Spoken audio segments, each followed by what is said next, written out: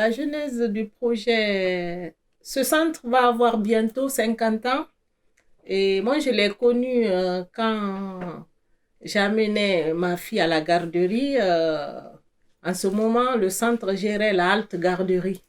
C'est là que j'ai connu le centre social et je me suis rendu compte que non seulement il y avait la garderie pour les enfants, mais aussi il proposait des ateliers d'apprentissage de couture, de cuisine et d'alphabétisation pour toutes les générations confondues.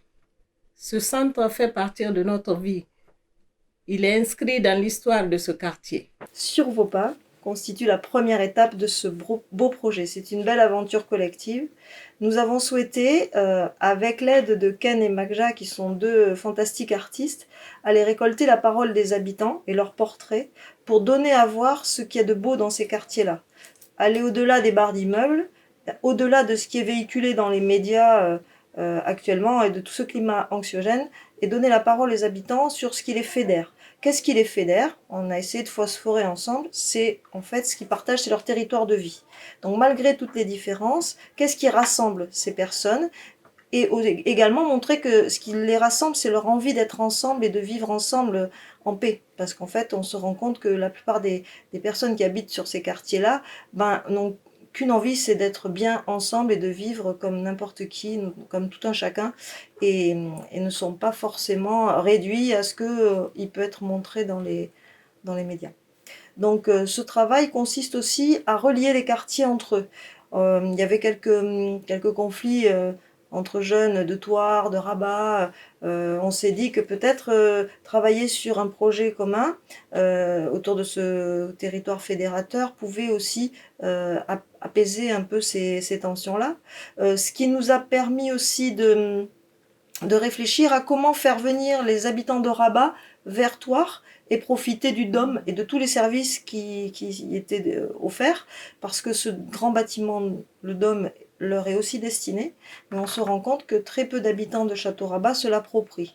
Donc travailler sur une exposition itinérante qui les amène vers le Dôme et qui les relie à Thouars pouvait peut-être leur permettre de s'approprier cet espace, ce bâtiment qui est fait pour eux. Un des leviers principaux d'intervention des centres sociaux, c'est la participation des habitants.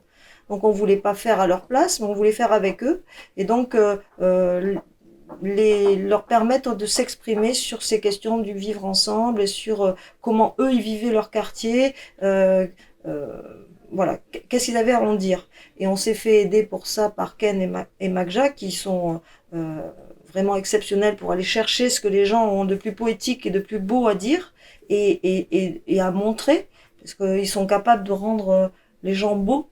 Et nous, on sait bien que ces gens sont beaux et on avait envie aussi de leur donner la possibilité d'être vus comme voilà, de belles personnes.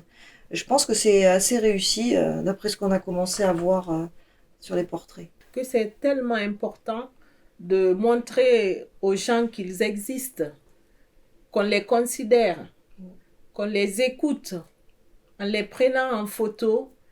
Les personnes qui ont le sentiment de ne pas compter sont magnifiquement montrées, comme Corinne a dit. Et ça, tout ça grâce à les deux artistes qu'on avait, Magja et Ken, qui ont le don de valoriser les personnes. Ce projet est le reflet de ce qui est la plus-value d'un centre social sur un territoire. Mettre les habitants au cœur de l'action, valoriser leurs compétences et leur savoir-faire et développer, la citoyenneté, car ici il s'agit de vivre ensemble, de respect des différences, et également de promotion des valeurs de la République, tisser des liens et donner la parole à ceux qui ne la prennent jamais. Et d'ailleurs, on ne va pas s'arrêter là, il y aura quelque chose qui va sortir. On n'a pas pu valoriser tout, bien sûr. On a une quarantaine de portraits, on a quelques textes qui ont été affichés sur les totems, mais on a une mine de textes, de paroles.